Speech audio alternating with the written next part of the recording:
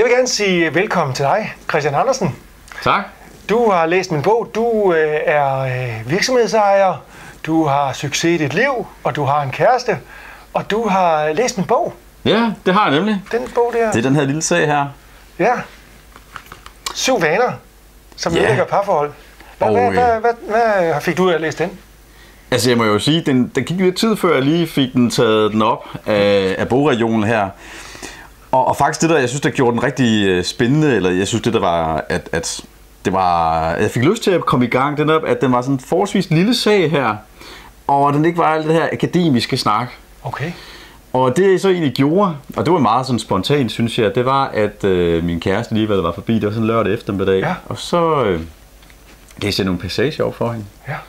Og så sagde hun, det var alligevel godt interessant. Og så havde vi sådan lidt en snak om det. Ja. Så på den måde så blev det mere en debatbog for mig, ja. end jeg sådan lige læste den fra A til Z. Okay, ja. Og der kom nogle gode aha-oplevelser op, både for hende og for jer. Ja. Og det tror jeg netop er meget vigtigt, ikke? At det ikke bare er noget, at nu har jeg fået noget viden. Nej. Fordi at der skal jo to til en tango. Ja. Er der nogle specielle ting, du har hæftet dig ved i bogen? Ja, det er der nemlig. Som du kan se, så har jeg faktisk lavet en lille note her. Ja. Altså, der var jo virkelig mange gode ting, men hvis det lige skulle nævne så et par stykker, så er det den her værdiopfattelse, som jeg synes var både spændende, men også meget sjov at læse. Ja. Fordi det som værdiopfattelsen, det handler jo om, at os mænd, vi kan godt lide at have sådan et lille pointsystem. Så hvis vi nu har givet en tur til London, jamen, så tæller det jo nok måske for rimelig mange point. Lad os bare sige 10 point. Ja. For kvinden der er lidt anderledes. Ja. Der er for hende en London-tur, det er 1 point. Ja.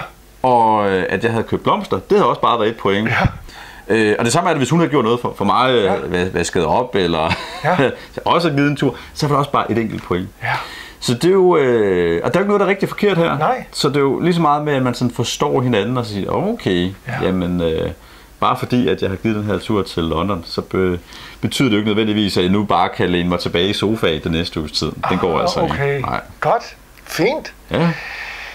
Kan du sige noget sådan overordnet om dit indtryk af bogen?